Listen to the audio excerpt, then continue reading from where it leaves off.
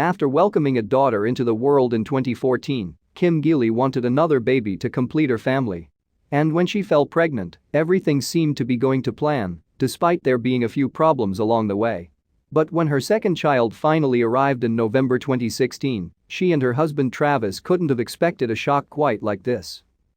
Mom had just given birth when she looked down and got the shock of her lifetime. Kim, a 28-year-old doula from Santa Cruz, California, is used to providing non-medical support to families before, during, and after pregnancy. So when she was expecting again, she knew exactly how to make everything run smoothly, in spite of a few scares. Indeed, Kim and Travis had already brought their first baby, Hazel, into the world 3 years after their wedding in 2011. And having grown up alongside her brother, Kim thought that having a son would therefore be the perfect way to complete her family. The mom's journey, however, would be fraught with hurdles and heartbreak. In 2015, for one, Kim fell pregnant again, but, tragically, suffered a miscarriage.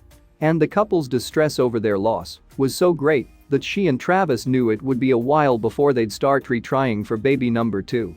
But life has a funny way of throwing up surprises. Just a few months later, in fact, Kim fell pregnant again. Still, the joy was tinged with worry. What if the mom had another miscarriage? Would she be able to cope? And as it happened, Kim's third pregnancy was also far from straightforward. Indeed, she had to contend with hyperemesis gravidarum, an extreme form of pregnancy sickness, after 6.5 weeks. And her nausea, rather than gradually wearing off, lasted until the birth itself. As the pregnancy progressed, Kim further wrote on her blog, "We suffered through scare after scare, worries about my gallbladder, concerning images on the anatomy scan, small fundal measurements, too much amniotic fluid and a transverse baby at 36 weeks. Fortunately, though, scares were all they were." Throughout the pregnancy, meanwhile, Kim and Travis didn't know the baby's gender. And despite Travis being keen to find out, during scans the couple turned their heads when the baby's lower half came into view. "After the miscarriage, I was just really attached to having a healthy baby, regardless of sex," Kim explained in a November 2016 interview with Today. "My husband wanted to find out, and I said, no, let's have fun with it." And so the couple, who had wanted a son, were happy for their baby's gender to be kept a surprise. Kim believed, however, that she was having a girl. Why? Because female babies, apparently, are synonymous with difficult pregnancies. Furthermore, little Hazel also thought that her mom would have a girl. Could this be a textbook example of female intuition?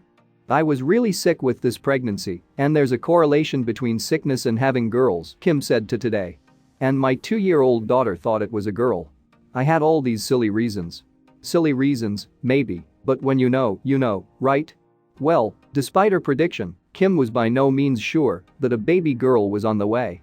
"Because I'm a doula and I work with babies and births," she added in her Today interview, "I know you can never have any expectations about anything." And with the due date approaching, Kim discovered that the baby was posterior, which meant that it was head down and facing her abdomen.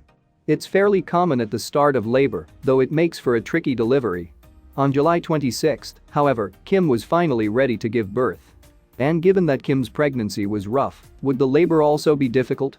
Well, it was preceded by a fortnight of contractions, and more than once she thought that she was going into early labor. By the time it started, though, Kim was remarkably calm, to the point where Travis said, "You're in labor." And while Kim saw an acupuncturist and a chiropractor to get the baby to turn, the infant had other ideas. So although the expectant mom wanted a home birth, as the complications continued, preparations were made to transfer Kim to a local hospital. Unfortunately, though, it was too late. The baby was ready to come out. "I knew my baby was coming," Kim recalled on her blog. "I had survived the hardest few hours of my entire life, and it was almost over. All it took were a few contractions this time, and my body did it all. I never consciously pushed, I just let my body do its thing."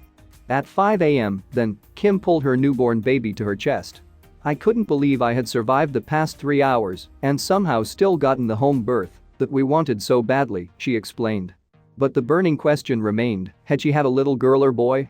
"After a couple of minutes," Kim recalled, "I opened baby's legs and discovered that we had a little boy." And, despite having convinced herself that she was having another girl, she added, "In that perfect moment, all of my dreams had come true. My family was complete. I was just in hysterics," the mom told Today. "We were cracking up. That face. I don't even think I could replicate that face. I was truly shocked. As for the baby's name? Well, the family settled on Theo. The recovery hasn't been the easiest, Kim later explained, and transitioning to 2 kids has been more than a little overwhelming, but I am trying to use this time to soak up his newness. I still can't believe I have a daughter and a son, despite the long and difficult path of pregnancy, loss, and birth. I feel like the luckiest mama ever. Thanks for watching, and don't forget to like and subscribe.